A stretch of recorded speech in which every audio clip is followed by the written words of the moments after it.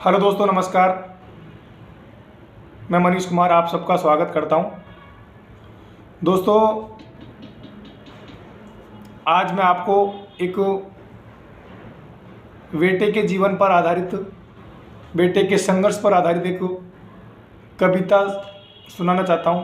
तो बड़े गौर से सुनिए, बड़ा आनंद आएगा कि किस प्रकार से जो बेटा कभी सबका लाडला हुआ करता था, वो आज जैसे जैसे उसका जीवन बढ़ता जाता है और वैसे वैसे उसके संघर्ष भी बढ़ते जाते हैं।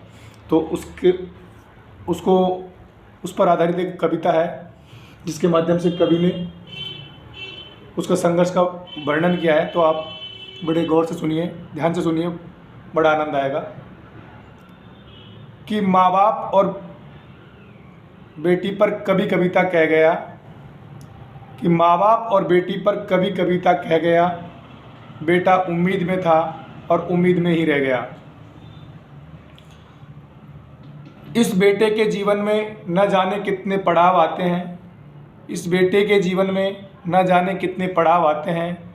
कभी ये सबका लाडला था, फिर सब इससे दूर हो जाते हैं।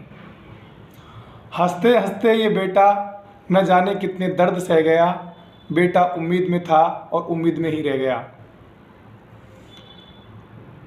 16 से 21 तानों में गुजर जाती है और 21 से 28 जिंदगी इसे डराती है।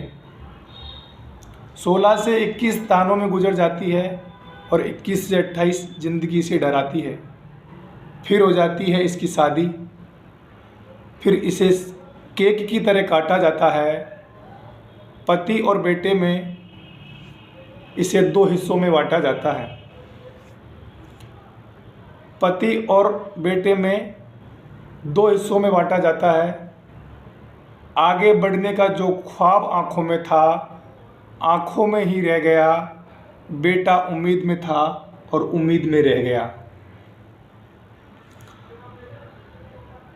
अब बेटा दफ्तर में अपना शहर ढूंढता है। अब बेटा दफ्तर में अपना